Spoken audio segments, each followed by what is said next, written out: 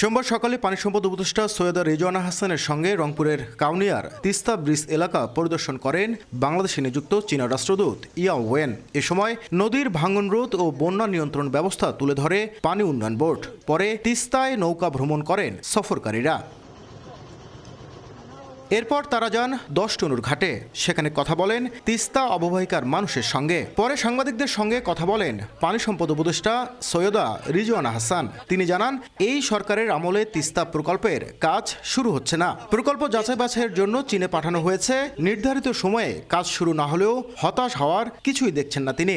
এটা যাচাই বাছাই প্রক্রিয়াটা শেষ না হওয়া পর্যন্ত এটা শুরু করা যাচ্ছে না।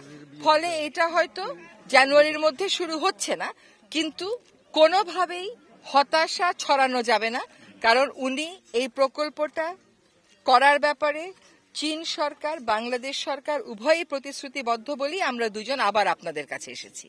আপনাকেই বলছি, ইন্স্যুরেন্স করলে সিটিতে সুরক্ষা পাবেন নিশ্চিত।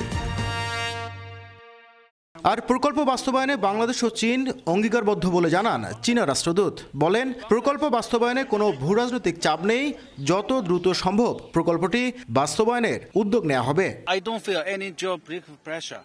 It's a Bangladesh project. So Bangladesh, as long as Bangladesh determined to have this project with China. উত্তরের ২ কোটি মানুষ দীর্ঘ সময় ধরে আন্দোলন চালিয়ে আসছে তিস্তা মহাপরিকল্পনা বাস্তবায়নে। তাদের প্রত্যাশা, সব ধরনের প্রতিকূলতা কাটিয়ে আলোর মুখ দেখবে প্রকল্পটি। নাজমুল ইসলাম নিশাত, সময় সংবাদ, রংপুর।